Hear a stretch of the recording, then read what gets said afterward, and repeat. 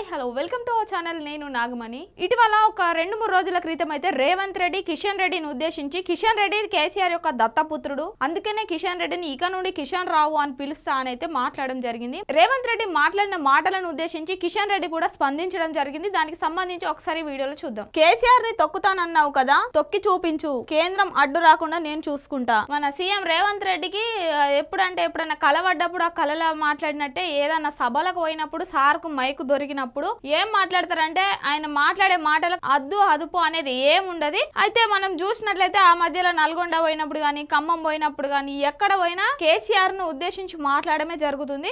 అంతకుముందు మాట్లాడిరు ఏంటంటే కేసీఆర్ ను తొక్కి నారదీస్తా అది ఇదని మాట్లాడిరు. దాన్ని ఉద్దేశించి ఇప్పుడు ఎవరు మాట్లాడుతున్నారంటే బీజేపీ కేంద్ర మంత్రి కిషన్ రెడ్డి అయితే మాట్లాడడం జరిగింది. రేవంత్ రెడ్డి, నువ్వు ఆ రోజు కేసీఆర్ ని తొక్కి నారదీస్తా అని మాట్లాడినావు కదా, నువ్వు కేసీఆర్ ను నీకు దమ్ము ఉంటే నువ్వు అన్న విధంగా తొక్కి నారదీయు, కేంద్రం అడ్డు రాకుండా నేను చూసుకుంటా అంటే తొక్కి నారదీయమంటే ఆ విధంగా కాదు. అయితే కేసీఆర్ మీద నువ్వేమన్నా యాక్షన్ తీసుకునే గట్స్ నీకుంటే అతని పైన యాక్షన్ తీసుకో, అతన్ని అరెస్ట్ చేయు, కేంద్రం అడ్డు రాకుండా నేను చూసుకుంటా అని మాట్లాడుతున్నారు. హైకమాండ్ అనుమతి ఇవ్వలేదా, నీలో సత్తా లేదా, జైల్లో పెట్టడం చేత కాకపోతే రాజీనామా చేయి, సీఎం రేవంత్ కు కేంద్ర మంత్రి కిషన్ రెడ్డి సవాల్. హైకమాండ్ అడ్డు రాకుండా ఈయనెవరు, కిషన్ రెడ్డి చూసుకుంటారట. కేసీఆర్ ని అరెస్ట్ చేసే సత్తా రేవంత్ రెడ్డికి లేదు అనేది ఇండైరెక్ట్ చెప్తుంది. సరే, కేసీఆర్ ని అరెస్ట్ చేసే సత్తా రేవంత్ రెడ్డికి లేదు, లేకపోతేనే కదా ఆ కేసును మీకు అప్పచెప్పిండ్రు, సిబిఐకి అప్పచెప్పిరు, దానిపైన చర్యలు తీసుకోరానే కదా ఆయన లబోదిబో అని మొత్తుకుంటుండు. మొత్తుకున్నా కూడా మీరు కూడా ఎట్లాగో అతని పైన చర్యలు తీసుకోరు. ఇప్పుడు రేవంత్ రెడ్డికే కాదు, దమ్ము లేని గట్స్ లేని మీకు కూడా లేవనే చెప్పొచ్చు. ఎందుకంటే కేసీఆర్ ని అరెస్ట్ చేసే అంత రేవంత్ రెడ్డికి లేదు, మీకు లేదు. ఎందుకంటే మీరు అందరు ఒక్కటే, అంటే ఎవరి తప్పులను వాళ్ళు కప్పిపుచ్చుకుంటారు తప్ప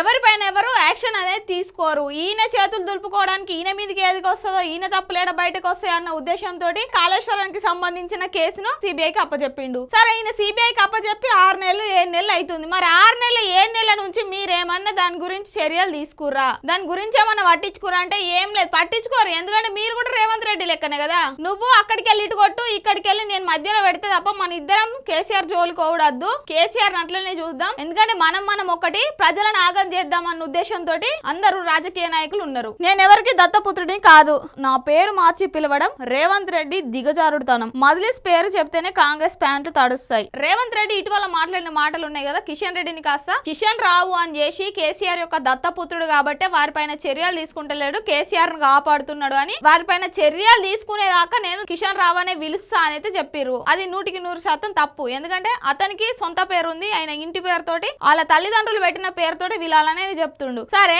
ఇప్పుడు నువ్వు కూడా ఇప్పుడు మజ్లిస్ పార్టీ ఏదైతే ఎంఐఎం మజ్లిస్ పార్టీ ఉందో వాళ్ళకి సపోర్ట్ ఇస్తున్నావు కదా, మరి ఆయన అన్న విధంగా నిన్ను కూడా రేవంత్ ఖాన్ అని పిలిస్తే నువ్వు ఊరుకుంటావా? ఎందుకు ఇవన్నీ రాజకీయాలు, పనికిరాని రాజకీయాలు అవసరమా? మీకు ఉన్న పేర్లతోటి మీరు మంచిగా ఓరి మంచిగా ఉండురి, అంతేగాని పేరు మార్చి పిలిచినంత మాత్రాన వ్యవస్థ ఏమన్నా మారుతుందా? బీఆర్ఎస్ కు భవిష్యత్తు లేదని ప్రజలు గ్రహించారు. మున్సిపల్ పోల్లో ప్రజలు బీజేపీ వైపు చూస్తున్నారు. బీజేపీ అభ్యర్థుల కుటుంబ సభ్యుల్ని బెదిరిస్తున్నారు. విలేకరుల సమావేశంలో కేంద్ర మంత్రి వ్యాఖ్యలు. బీఆర్ఎస్ కు భవిష్యత్తు లేదని డిసైడ్ చేయడానికి మీకు రైట్స్ లేవు సార్, ఎందుకంటే అది ప్రజల పైన ఉంటది, ప్రజలు ఇచ్చే నిర్ణయం పైన ఆధారపడి ఉంటది. ఏ విధంగా నిర్ణయించుతారంటే బీఆర్ఎస్ కి ప్రజల్లో స్థానం ఉందో లేదో ప్రజలు చూసుకుంటారు, మరి కాంగ్రెస్ కు ఉందో లేదో కూడా వాళ్ళే చూసుకుంటారు, మరి మీ బీజేపీకి ఉందో లేదో చూసుకోర్రి. వాళ్ళ ఎన్నికల నోటిఫికేషన్ వచ్చిన తర్వాత ప్రచారం కోసము బీజేపీ ఎట్లాగో ఒక్కటిగా తెలంగాణలో ఒంటరిగా అయితే గెలవలేదు. బీజేపీ ఇక్కడ వ్యవహరించుడు కూడా కష్టంగా ఉంది. ప్రచారానికి కూడా వెళ్ళిన బీజేపీకి అంత మద్దతు రాదు అన్న ఉద్దేశంతో పవన్ కళ్యాణ్ కు తెలంగాణలో క్రేజ్ ఉంది కాబట్టి అతని అభిమానుల సహకారంతో ఏమైనా ముందుకు పోతామని పోయారు, కానీ అది కూడా చిత్తుగా ఫెయిల్ అయిపోయింది. సరే, మరి ఇప్పుడు మీరు ఎవరైతే బీజేపీ మంత్రులు 8 మంది ఉన్నారో ఆ 8 మంది తోటైనా తెలంగాణలో ఏమన్నా ఉందా అంటే